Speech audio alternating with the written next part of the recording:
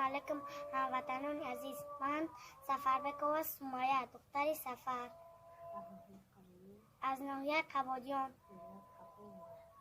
ولایت ختلان می باشم.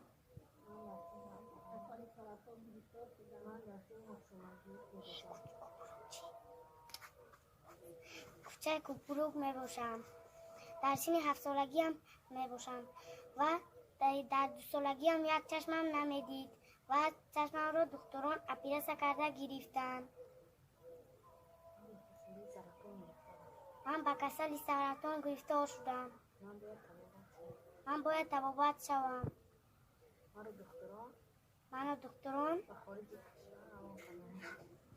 مرا دکتران به خارج کشور روان کردند. اما